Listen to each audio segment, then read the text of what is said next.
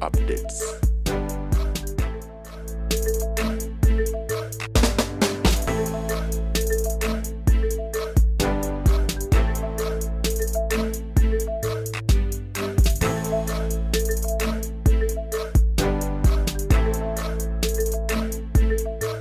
Bwali enkumi katumalize kino ati ekigatako bwali enkumi ya bugenda kuba nti bugenda mu security pese navo natusubiza nagenda kuba nti sitegwanga ngenda kubanga era tight langa agikuuma ne osho tulaba eno ngekyatambula akatambi kali sende zitambuzo nezigenda kali akatambi akakugamba there is no security head who can inform the president the right fee mugende mukanonye ku Tamale Mirundi office the name was munabyakwelinda even Museveni and the man said I've been agreed by the president.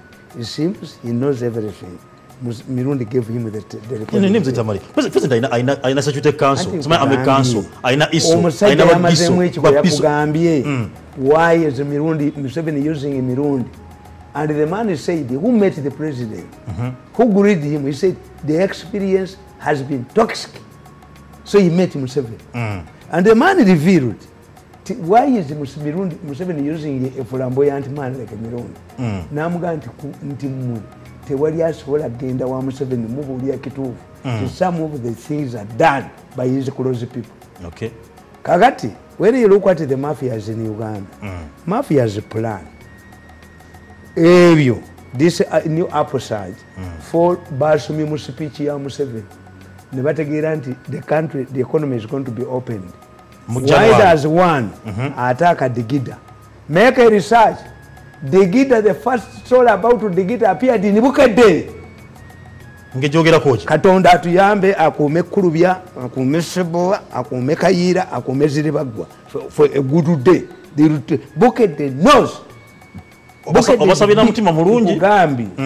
The story before Digida was attacked, Bukade carried the story about Digida that they drink. These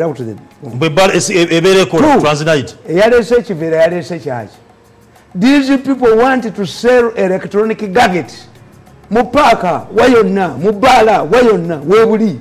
Era directives I said the police said that people don't kubanga okwekuuma tubere bulindala temuyinanso I said it abapaka babagamba bagula obuuma ebizimbe birenga bigula n'obuuma but let me tell you let me tell you just obuuma abantu bayino kuba musayo kuba tuleta obuuma they attacked Digida, they attacked a bus ezo zigoberera routes bus zonna ku Masaka bazigobako kuliko global inako bus 10 global yani whatever wateka mu global safari era bamaze okuzireeta obuuma bwabwe baleeta emipiira baleeta speed governor na sasira baleeta bu triangle because they know you are poor they have to impose nebo yogera boto ngina ndaba bakulu bafa waneno basheke bafudde mu IGP. This is commercial terrorism. Nobody should tell me challenge me and you cannot kill me. I'm not killable. Nabaganti Katumba amalo kuvalia wenye. And you look at the trend. Why is it that all of the people who to be preserved by the police are killed? They're eliminating evidence. No gwali banonya yageze okuteka bomu mu kuzika ko mukulu lokeji omugenzi ne bamasasi yakwatibwa nti omwana gwe bakwatanga ina dulira ajjamu abaana obonga taba makerere wanene the case is not for progress yasirike tetulanga na jibuliza because it will affect the organic case. They were directed by their lawyers. Make sure that there is no activism in Uganda. No muzita mulabe babakube the video some very clips with the embassies bintu bazase Museveni aliswala ngalabiddemu ababe abantu babatwala emisinde baduka. Why is it going to happen? It is going to happen. The situation is going to explode. Why? I have an example of a school. The omukulu w'essomero yafiirwa ente abaana ne bali ente wiiki now. Nafiirwa embizi ne bali embizi wiiki namba. Nafiirwa enkoko ze ne bali enkoko wiiki namba. Bwe yafiirwa mukazi we baayo kyessomero. Bali bagenda kulya mu kyalo. Yes. When these people want to market their items, they use such as scaring tactics. Everybody must buy an electronic gadget. Where are they? Who socked them? Angel Gabriel, Gabriel yamutuukirirako astalking. Schools must be prepared for fires. You must buy a firefighter extinguisher and they are available. Yes. This is commercial terrorism. ADF kabinja bagula kagule kali ku island je kafa. Bakapangisa bupangisa. Yes, ate Sobi abamanyi. That's why there was an attempt to arrest Sobi and Kakanda saved them. Nze mbamba manyi. 2 weeks ago I returned their vehicle. 2 weeks ago I impounded all my taxis. 2 weeks ago I started hiring. Ngamba manyi bagenda okukola. Era gwe kankubuuze nkugamba. Naye mulabye nnyo mulabye. Why? Taxi drivers were in the process of uniting. An initiative of the president. Yes. As they moved closer to Saka and Narways frustrated the effort. Narways is narrating. Why do you frustrate the unit of taxi drivers when the taxi industry is attacked? Kamata wuyo. Kamata iyo. A serious government would arrest Narways and Kisaka. I'm not saying they are caught up, but somebody told them, if you have a united group, we shall not be able to sell our gadgets. Nalibajja kubatta abantu babamanyi babajja kuba komu mu kibuga Kampala afundeka toilet olabe bwadduka olaba omusuubuza dduka enyama eri mu Faludon. How can you mukinjaje benefit from Faludon? Faludon, first of all, the meat smells, the meat is tasteless, and the meat loses weight. Eri mu akabukedde ne kabba enyama eri mu Faludon. Tusabe nnyo kulu byaleme kufa. Ziri bagwa omagala abeerewo sepowa ne kayira. They have evidence. Okay. They have evidence. Zimbabwe, I invested in the security. I invested in the security. Many people were disappointed. But Nabagambi, I told my children I'm educating scholars. I told my children I'm educating independent people. There must be transformation, family transformation. I'm better than my parents. I'll be disappointed if my children are not better than me. You. Okay. To be better than me, they take decisions. At times, they take decisions. Because I wondered, how can this young man join a group that battered him to death? Why should this young man join a group that has tried to kill me several times? Poisoning me 5 times, assassinations. Era bakuba omwana oyo immediately yafulumya amawulire. Naye yiga family yenja jimalawo. Eyo nagiwabira dda mu nsozi. Soka babuno bulo. Yiga talibeera na family bali kanti wanguli gundi. Ngati wali na nkoko etakula. That's me. Okay. Kakati naye ngatuva ku nsonga ya bomu. Kankubuli ategwe ekyobusiraamu ekirala. Genda osoma akatabo bakayita Science, the Bible and the Quran. Bw'oli kasoma ng'oli Christian ojja kudduka. Ngani bw'oli kasoma nga Christian. Bw'oba Christian okyukirawo mu ddiini. Nodda mu ddiini. The Quran goes hand in hand with the scientific explanations. But you must understand the difference between the different society, the time between Jesus and Nabi Muhammad. Miaka emeka. Miaka ngaluka. Society has the basic scholars were Arabs. Okay. The pioneer scholars were Arabs. This is why Gaddafi came with Shakespeare. Tibamitanga Shake is a scholar. Or a highly respected person. Never kugamba. Nti enswere ina wingi zezi. Biri. Enswere bwe gumuchayo jizamu. Kasayigonjo jinjike mbulungi nnyo. Do you know why? Etya. Kubanga kimu kiriko obutekera kiriko eddagala. This is the explanation.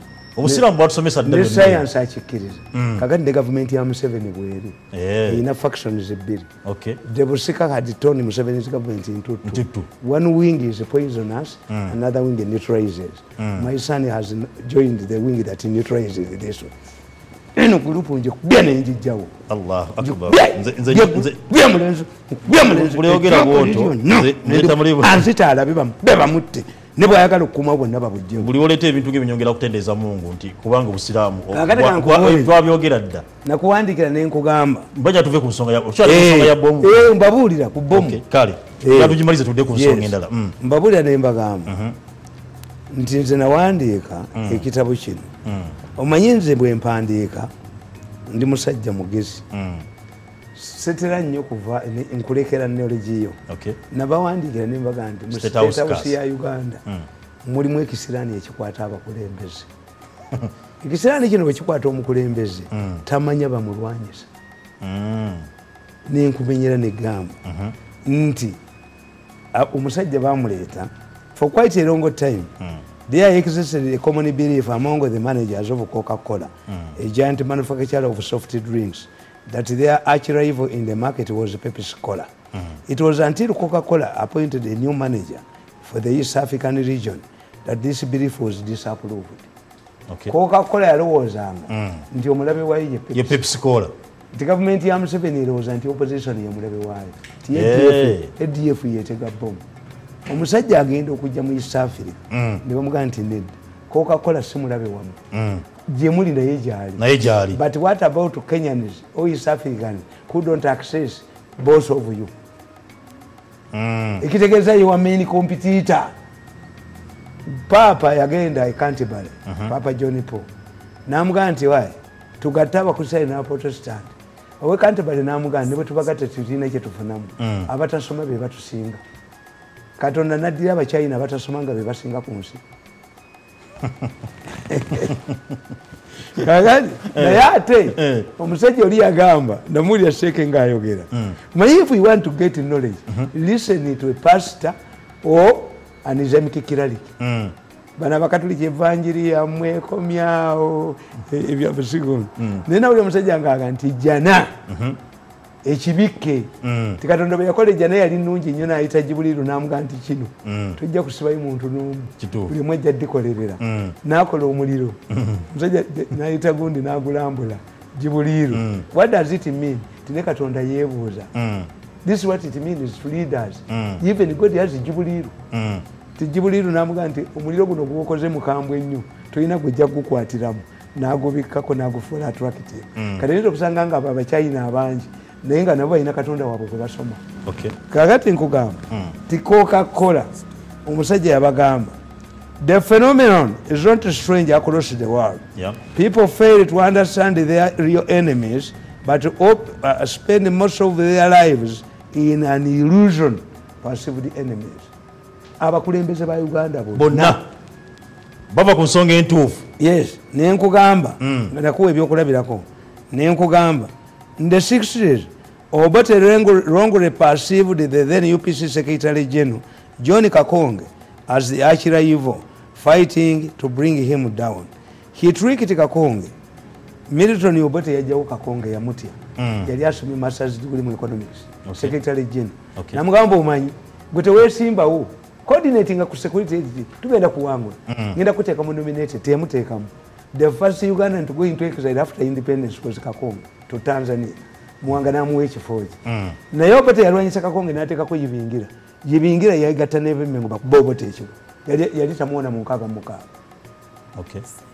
Yibingira Grace Yibingira Obote n'amuggyako n'ateekako Felix Onama. Felix Onama yegatta n'Amin ne bamuggyako. Ne bajjako Obote. Obote spent most of his time talking about Museveni. We shall find him there and leave him there.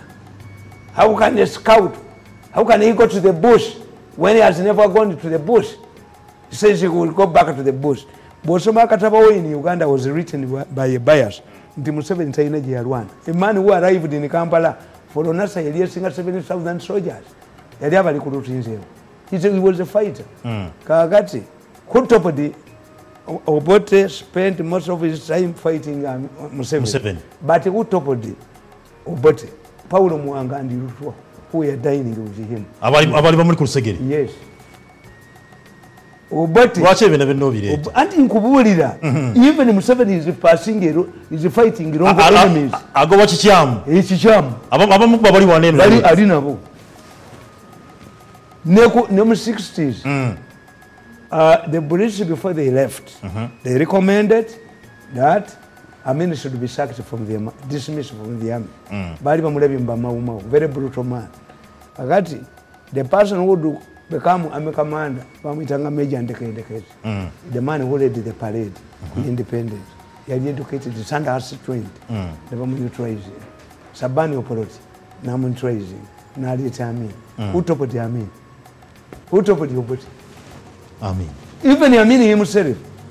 Amin turned himself to Tanzania. He was brought up into power by the Israelis and the British. Yes. And the British Prime Minister in Singapore said, most of the people who are making nice speeches in here, Commonwealth, we never find their way back. The British engineered Amin. The Queen hosted Amin. When Amin had come to power, meaning Amin's school was very bloody, but the Queen hosted Amin. Okay. Amin turned the boss of them. The Israelis and the British. Fully. They thought Obote was dangerous because Obote was demanding, like other Rotary leaders, were demanding changes in South Africa, Rhodesia, Namibia. Nebamutia, Chobola Obote were yogera Nyoo, with South Africa and Namibia and liberation. British Prime Minister government, some of the people who are making nice speeches, Amin Gwebere, conqueror of the British Empire. Nadia General Bureya, Amin Yajoga Abangereza. Tebakulima Conti Abangeza Bati Amin. Abangeza Bati Amin. Amin Yagaman, Tingena Commonwealth, Bungereza. Never must see what a airport. Ninga agenda Nakasongo. The British never deploying a magic board and never deploying a order. Once he is decided this should be Nibakubama Company. Has the money really left? Hey, back to my General Bureya one. General Bureya. Amin is in the Mukasisa Bamus in the General Bureya Mungeza Yajaya Atulena Amin. Gakute Kundio. Yadia Kutomuzungu. I'm quite it there. Eramini Aganti. Oh, Miami, General Bureya Mudu Miracle. I mean, Mwenye ngenda nakuda musibe na kuendala. Ono mwongeza gwe bayita General Bureya. Obwedda njogera na yenga achuma omwenge. Fe twakola tumanyi nti omwenge baguyita Bureya ng'omubbi bamuyita Wakweya. Anti Amini aganti Wakweya yabbye sente za education. Zakire. Waliwo yabba Amini n'asigala wano bino bya Museveni byazannya by'obukiiko. Buli yabba Amini yamukinja.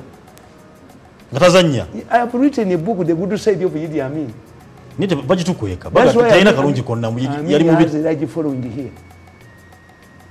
Amini ngayinza okugamba omuntu nayogera ekigambo nti eddagala lya covid balibbi musanga nammange ng'omuntu tayina nze Tamale Amini ayina ku bintu byakolera ono magezi alimba ayina bintu byakolera eggwanga ono magezi alimba abantu nti ayina biliyoni zatadde ku Paris level nga n'embaga y'omugagga ereka abatamivu ku kyalo ewatali kantu kaliyo ne stampu ne bata mu bako koyogedde ku magezi noni nani galubi kwa Amini ankubuulire Amini yakola oluguudo lw'Egombe muyinzi nayingira mu kwa y'essomero nga ndi mu P3 I recited the poem for Idi Amin OAU Organization of African Unity etudde mu Uganda nga 28 organization kyeki naliwo kukwaya yayimba amwe muyimba okay kakati Amini akola oluguudo lw'Ekatwe nga ye best gye tuyina abagenyi bagenda okuyita Amini agenda oddulambula nga teluli mu drainage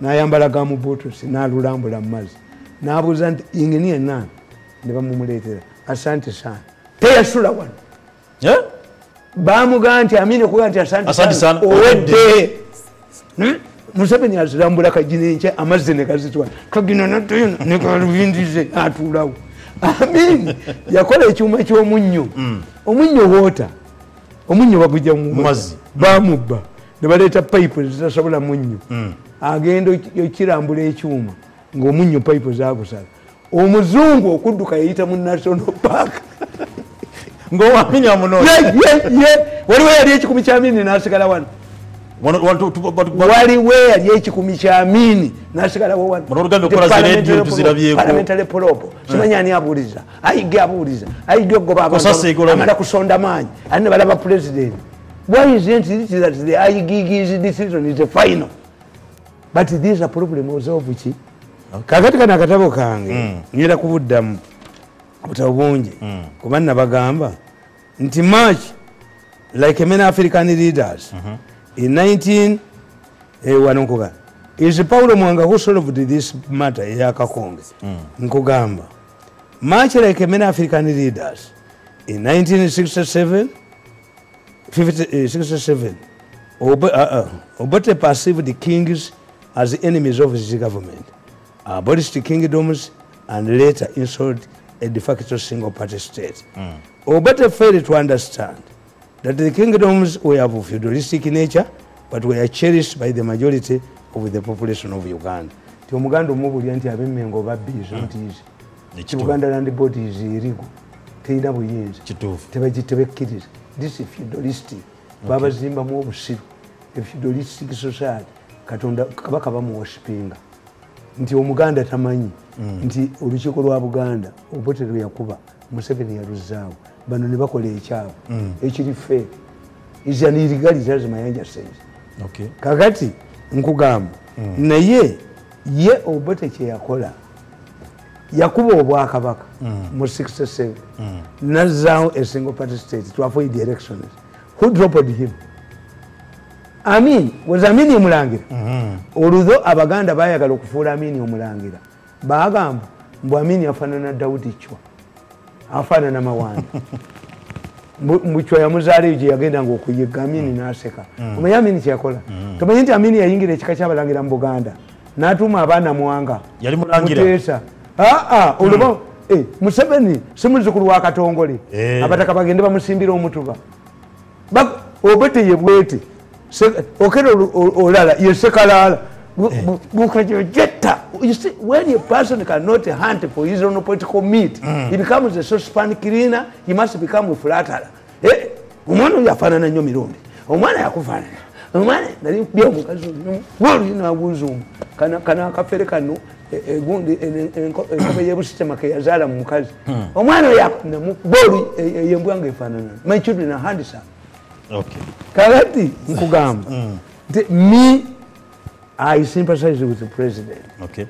There is a stronger bond between the media and the mafia. Now, the story has changed. When you read the New Vision and the Bokede, which are in the hands of the mafia, influenced by the mafia, you see the trend.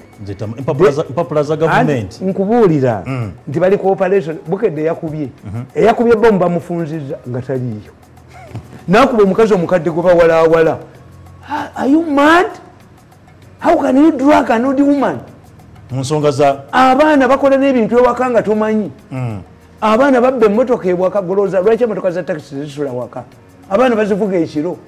Abaana babula akamiringo omuserikale. Omuserikale owewako yina okubeera ng'oli soba. Abaana bw'abagaana okufuluma ddala aba holiday nga bajja bagamba nnyaawo mwaleeta mukoddomi. Onatugamba ebigambo ebibi bamugyewo kubanga bagala okukola kino mukazi wakugamba wano waleeta mukoddomi nti you must understand. Tinza omwana nga omuwala bw'aba performinga bubi musabiyo nanga nti omusajja Mary teacher is harassing me mubuuza y'omukazi yasomesa ofuna otya is he also a lesbian? So me I know nti leaders especially nawandika akatabo kange Inside the Palace. When a leader's family expands, he cannot hold the power. Saddam Hussein was a good man. We used to send there our soldiers in Iraq. The moment Saddam Hussein's family expanded. Taylor in Liberia was a good man. The moment his family expanded. Kibaki was lucky. He did not have people. Moitem his sons, except one who joined the army.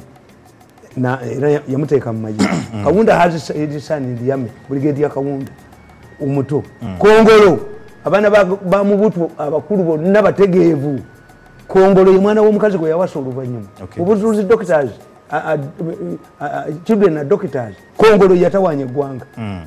Once the president's family expands, especially in a small economy like ours, kwabumba mugabana nti totegeera nteje ekoze eki yalidde mutu naye kakati wano era bwe baagala nasaasira ng'akuleetera gundi speed ngakuletera belt where the pellets nasasira ngakuletera mu transport ngakuletera gundi as drivers want to unite Narweso rights there later n'abagana why let Narweso tell us on whose basis did Narweso stop the gun kakati kino kirowooza mbukijja kuŋŋaana okwogera nze Tamale njatunulya ku nsonga yokuba nti no ate era ŋŋenda zirekako